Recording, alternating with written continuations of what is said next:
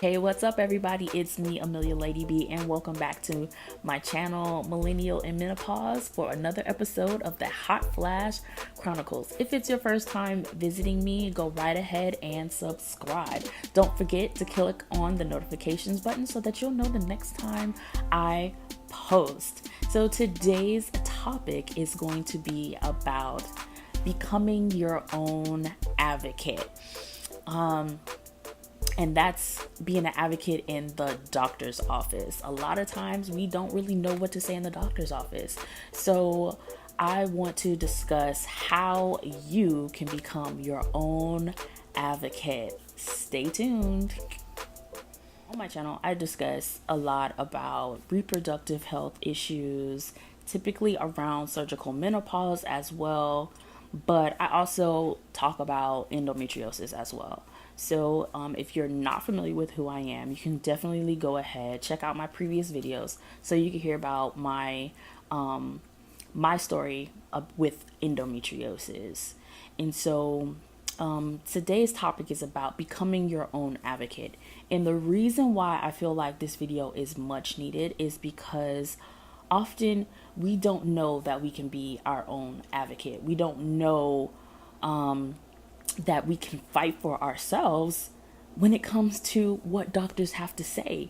And so, yeah, I had to learn that. I had to become my own advocate. So, just a little bit of backstory. Started my menstrual when I was about 9 years old. I didn't start seeing a gynecologist until I was 21 because I had gotten really, really bad sick-wise, meaning like I was throwing up too often, losing a lot of weight because of it. Like, I was pretty skinny.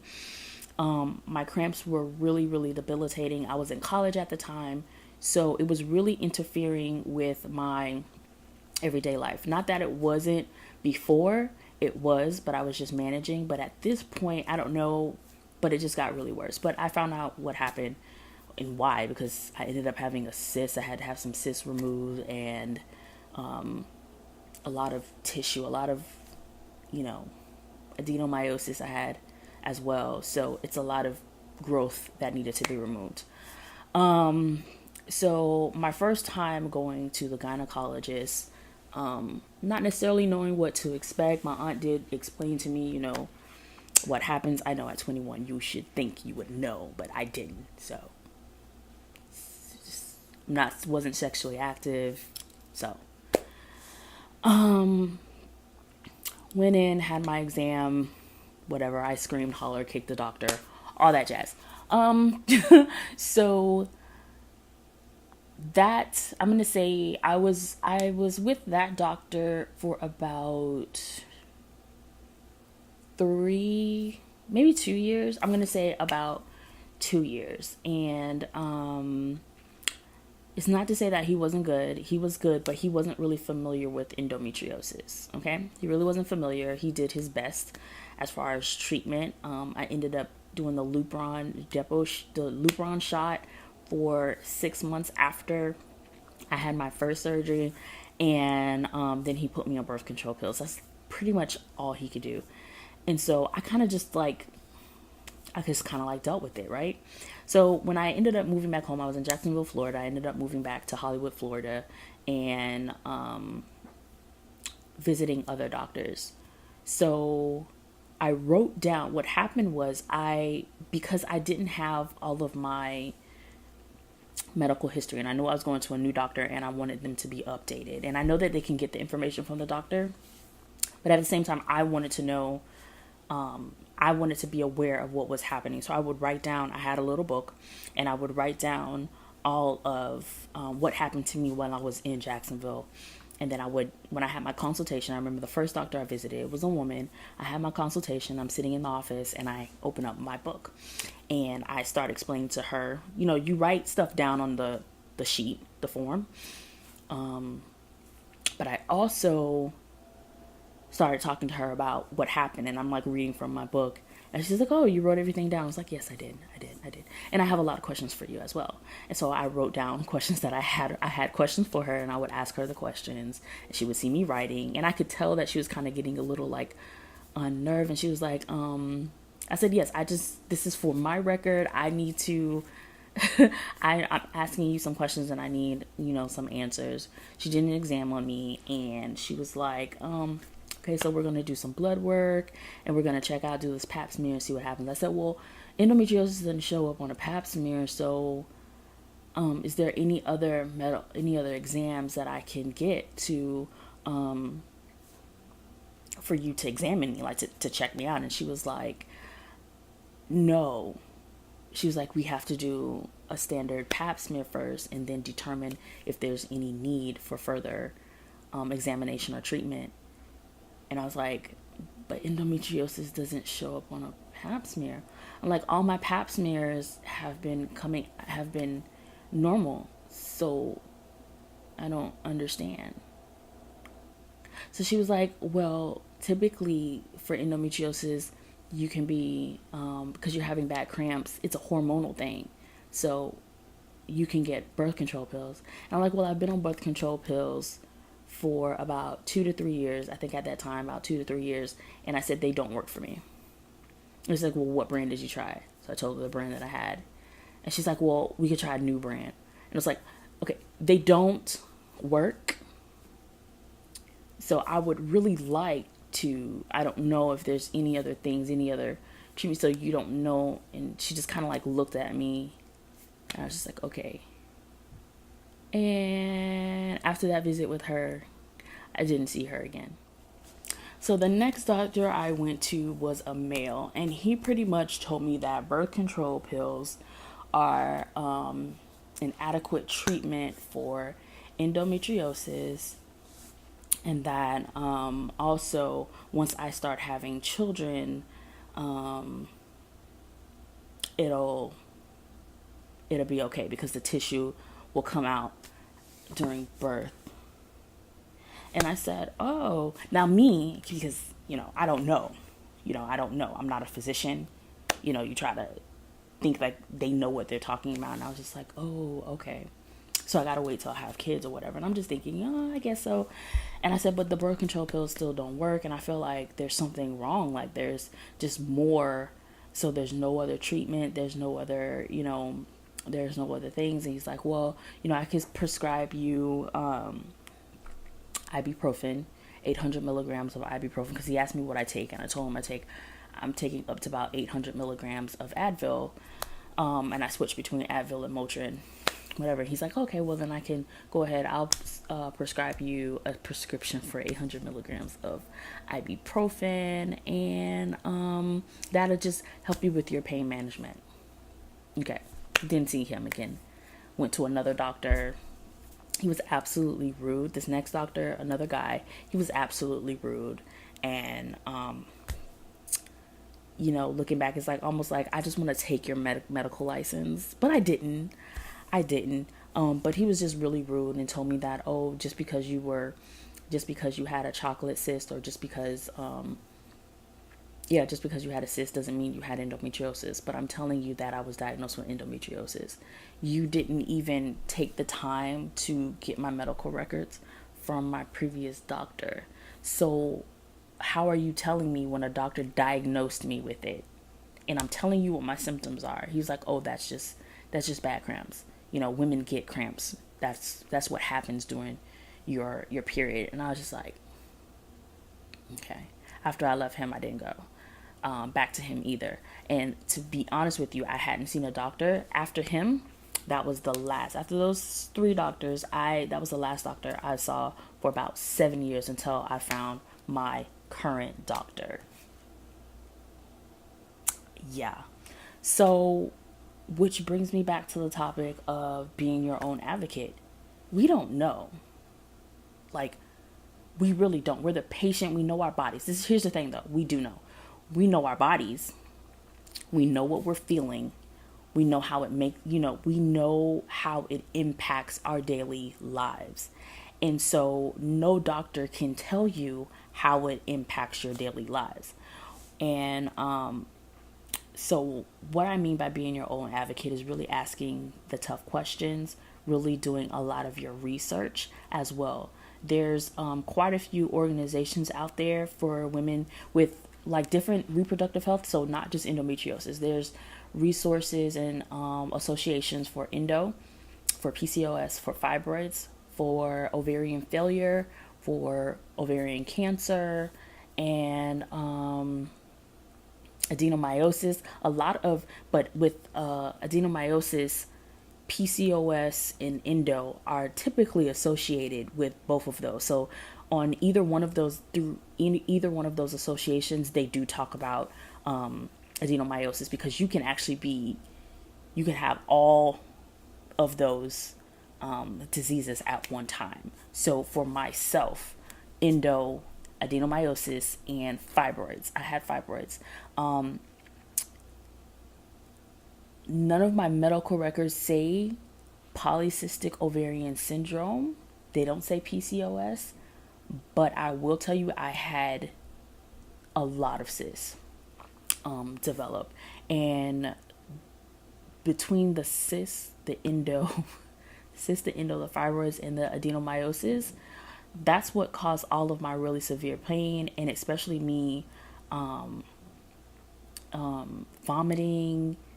I had severe vomiting. I couldn't eat certain foods. I mean, it was really bad at a point. And so the endo had progressed to stage 4. So endo really took over. But you can be diagnosed with a plethora of things at one time and not just be dealing with one thing. You know how you feel, and you just have to be the voice for yourself. So some things that I do suggest getting you a journal about this size or smaller, however you want to do, some type of notebook.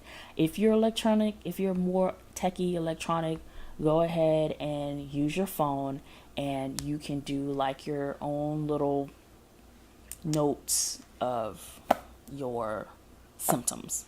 I use a notebook because it's just more easy. I like to write. I'm a writer, so I like to write things down as people are talking. It's to me easier than trying to type it. So I write things down. I also, when questions come to me, questions that I may have, I go ahead and write that down as well. So what I did in my journal was I kept track of my period. I kept track of if it came on early, how long it stayed on, when I went off, when my menstrual stopped. I kept track of how I felt as well. If this month I ate something and it made me sick, I did all of that. So it's pretty much keeping track of my menstrual, but also having the questions. So when I go to see my doctor, I'm like, hey, yeah, so last month, this is what happened. This was like the track of what happened. Now, you do have doctors who will have pushback, of course. They're going to be looking at you like, what are you writing this down for? You have so many questions. Yes, I have so many questions because it's my body. And I have questions about my body. And I need answers. And I need some type of, I need you to provide answers or research or guide me in the direction that I need to go. That's why I'm here. I wrote it down. Give me answers. For parents of younger children, you definitely need to write some things down. And also your child needs to write some things down. So get her used to writing things down as well, because you're not with her 24/7. She does go to school. So have her write down different pains, where they're located, all that jazz. Because I had severe pain in my side. I had all kinds of tests run, CAT scans, and said my kidneys were fine. I'm good. But lo and behold, years later, when I had surgery in 2012, my kidneys were being pulled into a different direction by endo. That's what was causing the pain. I no longer have that pain, by the way. Now, I had a hysterectomy, I had all that removed. I don't feel that pain anymore on my side. Go figure, right? You can definitely ask for certain tests and of course, they're going to be like, well, no, you don't need that. Listen, for peace of mind, I need this, and this. I need whatever blood work you need done, scans, to have scans done. Typically, if a girl is a virgin, she's not sexually active, most doctors do, there's a test called transvaginal, it's like a transvaginal, it's a transvaginal ultrasound. That's what it is. Transvaginal ultrasound. Typically, a doctor does not do it because of a woman is not sexually active. So I never had a transvaginal, and so they didn't do it on me. So what they did was a pelvic. They just did the abdominal ultrasound. It's not as accurate. It's not as good as a transvaginal, because the transvaginal one is inserted, and so it can see head on versus the ultrasound. However, you can determine, like, they'll call it a mass. There's a mass that they see, and it could be the cyst. And so these are certain tests. They can do CAT scans, MRIs, all that jazz to determine what's going on. And I feel like had I had that done a little earlier with those 3 other doctors, those individuals,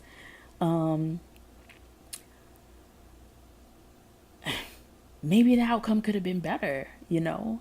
And 2, that goes back to, I could have done more research to ask more questions and to get that. And so, yeah, I'm not blaming myself, because you're a physician. I feel like a physician should know. But what I'm saying is, you don't know what you don't know. So we have to do our research, because you have physicians that just don't know. They're not trained. Seems like, I guess, a lot of gynecologists are not trained in this field of endometriosis. And it pretty much sucks. It sucks for us, because that's why we're being misdiagnosed. We're not being diagnosed until later, 10, 20 years later. Like, it takes forever for us to be diagnosed. And typically diagnosis is done through a laparoscopic surgery. And you can't get to a laparoscopic surgery until you have some exams done, versus pumping me up with birth control pills. I'm just saying. So yeah, moms, you are going to be your daughter's advocate, as well as you're teaching her to be her own advocate. So moms, get you a book, write it down on your phone, whatever it is, and you definitely be headstrong in what types of tests your daughter should have and what they need, because things aren't looking good. And then if it's not, keep going, finding another doctor. Don't do what I did and wait 7 years. Don't do that. But find another doctor until you do. I do suggest Googling doctors who specialize in endometriosis. That's typically where you got to go. Or in PCOS and fibroids, things like that. Definitely talk to them. Now, onto like some more difficult things. And that's when it comes to being an advocate, it's to your treatment and to the solutions. So I had a hysterectomy. My doctor did talk to me about, our goal was to preserve, because I wanted to have children, but that didn't happen. I had a couple of surgeries in between before my hysterectomy, because he tried to clean up the endo and all that stuff. But my endo was really, really bad, like the hysterectomy. Hysterectomy is not a cure for endo. But by the grace of God, I have not had any symptoms of endometriosis. So, but it is not a cure. Doctors may say hysterectomy, have a hysterectomy. Now, this is whether it be partial or total. Typically, it's total, because maybe ovaries are damaged, things like that, and they think if you clean up everything that it'd be fine. Now, I've read articles, I've been on different foundation boards. There's an endo doctor that I follow. I guess he's in New York, and I follow him on Instagram. I actually just started following him on Instagram, and he's talked about how endo really endo is influenced by hormones and all that stuff, and it can still form in the body. Endo also can gravitate to other places in the body, not just the ovaries, not just the reproductive area. It can move into your lungs, your brain. Now, depending on your age, if you've had kids, if you feel like you're good, and or you don't want to have children, or you're like at a point where it's like, listen, I just want the pain to be done and over with, take whatever you got to take, then at that point you're cool. Like if you're at a point in your life where you're like, it's all good for me, I'm good. And for those of you who may get a diagnosis like from my doctor that said, listen, I'm trying, this is going to save you just got to save your life, because you're not going to have a quality of life, or it's going to do some really bad damage to you. Okay. I didn't want to accept it at first. I was really heartbroken by that, but I knew I had to have it, and that was just one of those things. So, and this was the only man who really understood me, believed me when I went in and talked to him about my symptoms, and who actually did he did a pelvic exam on me my first time there, which was what prompted him to starting treatments and surgery as well. So for those women who want to have children and whose doctors are telling them, you need to have a hysterectomy, it's very important for you to really discuss your medical history, discuss what's going on in your body, and ask the questions of, so if I don't, what will happen? Okay. Those are things for you to think about. Do I have to have a total hysterectomy or partial hysterectomy? Or there's another hysterectomy as well. Let me find it. I posted about it because I didn't know there were so many different types of hysterectomies. I just knew about total. I just thought it was just like a total hysterectomy and that was it. But that's not the truth. And so I was like, oh, you can have partials, right? So I was like, okay. Okay. So there's a subpartial, a subtotal partial. So the subtotal partial, there's a hysterectomy with ovarian conservation, so it's to preserve your ovaries, right? And then hysterectomy with oophorectomy, and then the fourth is the radical hysterectomy. Now you can find all that stuff on a blog post on my website, millennialandmenopause.com, and I pretty much spelled out what all four of those types of hysterectomies are. Trying to make this video short, so I'm not going to go into the total detail, but definitely you want to ask what type of hysterectomy, and then you want to ask what is that going to do to my body. All I thought what a total hysterectomy would do was hot flashes, and then I had to worry about osteoporosis. I did not know about the other stuff, and you could check out my rant on that in another video that I actually have posted as well.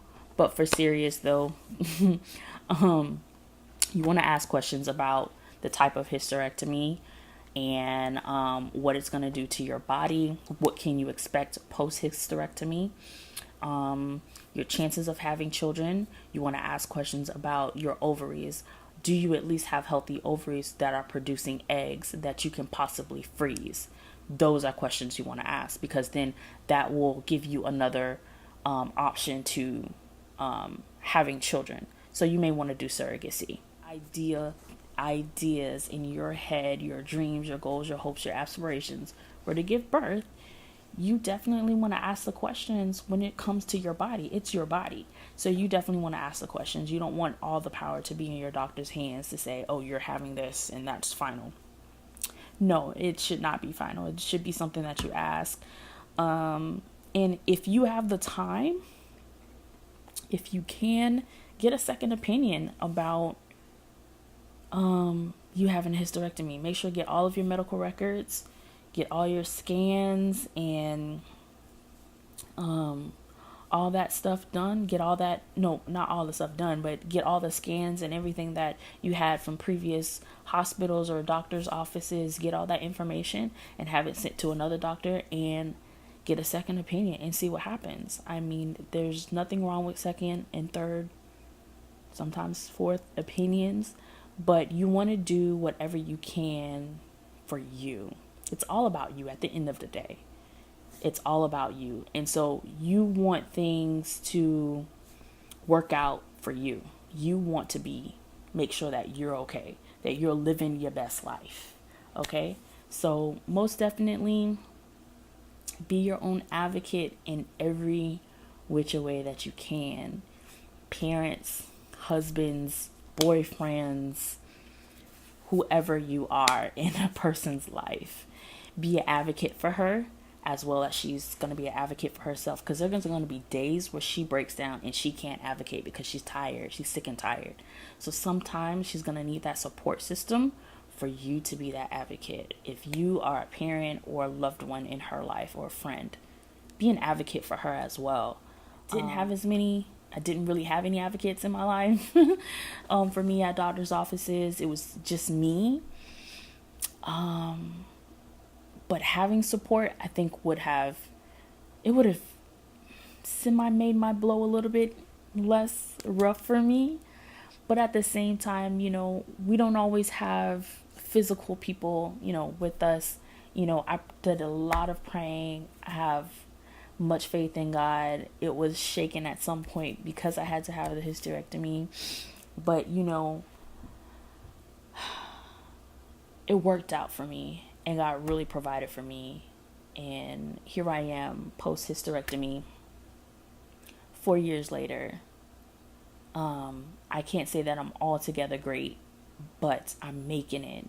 And here I am, sharing my journey, sharing tips for other people, so they don't have to necessarily go through what I went through. But even if they did go through what I went through, here to support. That's what Millennial in Menopause is about. It's about that support. And I'm so gracious to be that person for other people, and to be that for myself, be that advocate, be that support, and for myself, seeking out a therapist. And during this time, as you're going through the process of doctors, surgery, test, please start seeing a therapist now. Don't wait. See a therapist now. You need someone outside of family, because they don't quite understand all the time. And you need that extra person who's that extra support for you. A person that you can schedule that 1 hour with and just cry, talk, whatever it is. Trust me when I tell you, it will help you. I wish I had did it, but a whole nother story. I'm doing it now, and that's all that matters. So yes, be your own advocate. Family, friends, be an advocate for your loved one who is going through such a rough time in her life. And just you crying with her, hugging her, will make it all the better just for her. So that's it for today. I hope you enjoyed. I really hope that this was able to help you understand why you need to be an advocate for yourself. I hope that this helped a family member or a friend understand the importance of you becoming an advocate for your loved one as well. If you have any questions, go right ahead and leave some comments below. Don't forget to like, don't forget to subscribe, don't forget to click on the notification bells. If you are not following me on social media, go right ahead and follow me on Instagram at Millennial in Menopause. I also have a website, like I said, mentioned prior in the video about my blog. My website is millennialandmenopause.com. I do have a blog where I kind of do a little bit of tips and things like that. Some of them are based off of videos, some are not, some are just things that I write about. Most definitely go ahead and check that out. I'm so excited. This year is going to be great. I plan to launch a podcast soon, so be on the lookout for that. Hope you enjoyed this video. Don't forget to like, share, and subscribe. Until next time, God bless. Toodles.